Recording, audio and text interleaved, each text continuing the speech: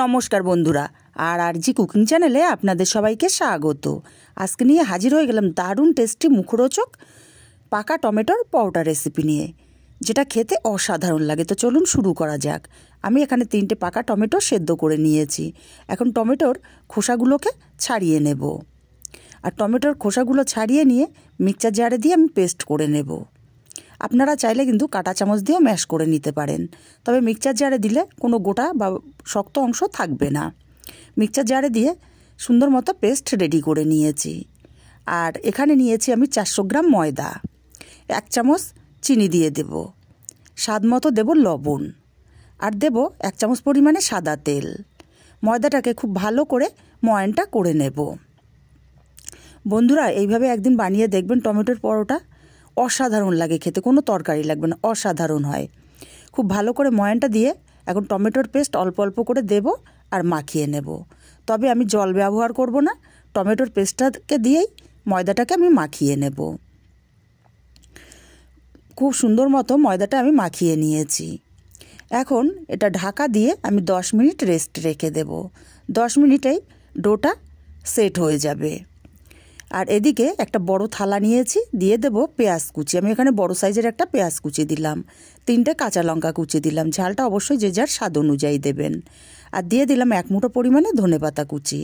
সামান্য একটু লবণ দিয়ে কাঁচা লঙ্কা, পেঁয়াজ, ধনেপাতাটাকে একটু হাত দিয়ে চটকে নেব। এতে করে পেঁয়াজ, কাঁচা লঙ্কা, ধনেপাতাটা বেশ নরম হয়ে যাবে। এবার এখানে দিয়ে দেব 2টো ডিম। আপনারা পরোটা যদি কম বেশি করেন তাহলে ডিমটাও কম বেশি করে নেবেন। এবার কাঁটা চামচ দিয়ে ভালো করে ফেটিয়ে নেব, যাতে পেঁয়াজ, ধনেপাতা ডিমের সাথে খুব ভালো করে মিশে যায়। এবার ডিমের ব্যাটারটা এক সাইডে রেখে দেব। আর এদিকে 10 মিনিটে ডোটাও আমার সেট হয়ে গেছে। এখন ডোটাকে আবারও একটু ভালো করে মাখিয়ে নেব। আর এখান থেকে ছোট ছোট করে লেচি কেটে নেব। আমি কিন্তু খুব বড় করে লেচি কাটছি না, মিডিয়াম সাইজের লেচি কেটে রেডি করে নিতে হবে। সব লেচিগুলো আমি রেডি করে নিয়েছি। এখন একটা চাকি বেলুন নিয়েছি, কিছুটা ময়দা ছড়িয়ে দিয়ে একটা লেচি নিয়ে বড় রুটির আকারে বেলে নেব। বন্ধুরা, আমি ময়দা দিয়ে করছি, আপনারা চাইলে অবশ্যই আটা দিয়ে করতে পারেন।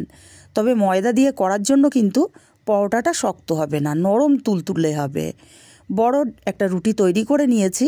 এখন ব্রাশের সাহায্যে এক পিঠে সাদা তেল ব্রাশ করে দিলাম, আর কিছুটা ময়দা ছিটিয়ে ভালো করে লাগিয়ে দেব হাতের সাহায্যে। এরপরে পরোটাটা 2 সাইড ভাঁজ দিয়ে নেব। 2 সাইড ভাঁজ দিয়ে 2 সাইডেও আমি আবার ব্রাশের সাহায্যে সাদা তেল লাগিয়ে দেব। সাদা তেল লাগিয়ে 2 সাইডে আমি আবার একটু ময়দা ছিটিয়ে দেব। আর ময়দাটাকে ছিটিয়ে দিয়ে আবার হাত দিয়ে খুব ভালো করে লাগিয়ে নিতে হবে। এতে করে পরোটার মধ্যে সুন্দর লেয়ার আসবে। তারপরে 2 মাথা মুড়ে দেব। দেখুন, মুখে তো বলে বোঝানো সম্ভব না, আপনারা দেখেই বুঝতে পারছেন। এবার কিছুটা ময়দা দিয়ে আমি পরোটাটা বেলে নেব 4 কোনা করে। আপনারা চাইলে কিন্তু অবশ্যই গোল রুটির আকারেও বেলে নিতে পারেন, তবে 4 কোনা করে বেললে দেখতে সুন্দর লাগে আর অসংখ্য লেয়ার পড়ে। আর এর জন্য পরোটাটা বেশ নরম তুলতুলে হয় আর খেতেও খুব ভালো হয়। পরোটাটা আমি বেলে নিয়েছি। এখন উঠিয়ে নিয়ে যে ডিমের ব্যাটারটা রেডি করে রেখেছিলাম, ডিমের ব্যাটারের মধ্যে দিয়ে দেব। আর খুব ভালো করে কোট করে নিতে হবে ডিমের ব্যাটারের মধ্যে। উল্টে পাল্টে 2 পাশেই খুব ভালো করে ডিমের ব্যাটারটাকে লাগিয়ে নিতে হবে।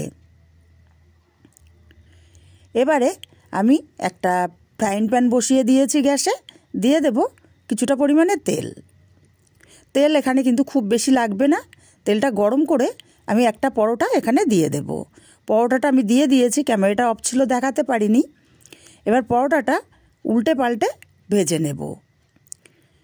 আর বন্ধুরা, এই পরোটাগুলো কিন্তু সবই টোপর টোপর হয়ে ফুলবে, একটা পরোটা ফোলা মিস যাবে না। দেখুন, হালকা একটু চাপ দিলেই কিন্তু পরোটা ফুটবলের মতো ফুলে উঠছে। আর উল্টে পাল্টে সুন্দর একটু কালার করে ভেজে নেব। দেখুন, 2 পিঠই কিন্তু আমার সুন্দর মতো ভাজা হয়ে গেছে। পরোটা ভাজতে বেশি টাইম লাগে না, 1 থেকে 2 মিনিটের মধ্যে পরোটা ভাজা হয়ে যায়। পরোটাটা আমি উঠিয়ে নেব। আমি আরও একটা পরোটা আপনাদের ভেজে দেখিয়ে দিচ্ছি, কারণ প্রথমটা আমি দেখাতে পাইনি আমি কিভাবে তাওয়ার মধ্যে দিলাম। 2 হাতে করে তাওয়ার মধ্যে দিয়ে ওপর থেকে একটুখানি ব্যাটার ছড়িয়ে দিতে হবে। যে পরোটার মধ্যে ওপরে কম ব্যাটার থাকবে সেটার মধ্যে ছড়িয়ে দিলেই হবে। এক পিঠ ভাজা হলে আর এক পিঠ উল্টে দেব। দেখুন পরোটাটা আপন ইচ্ছায় ফুলতে শুরু করেছে।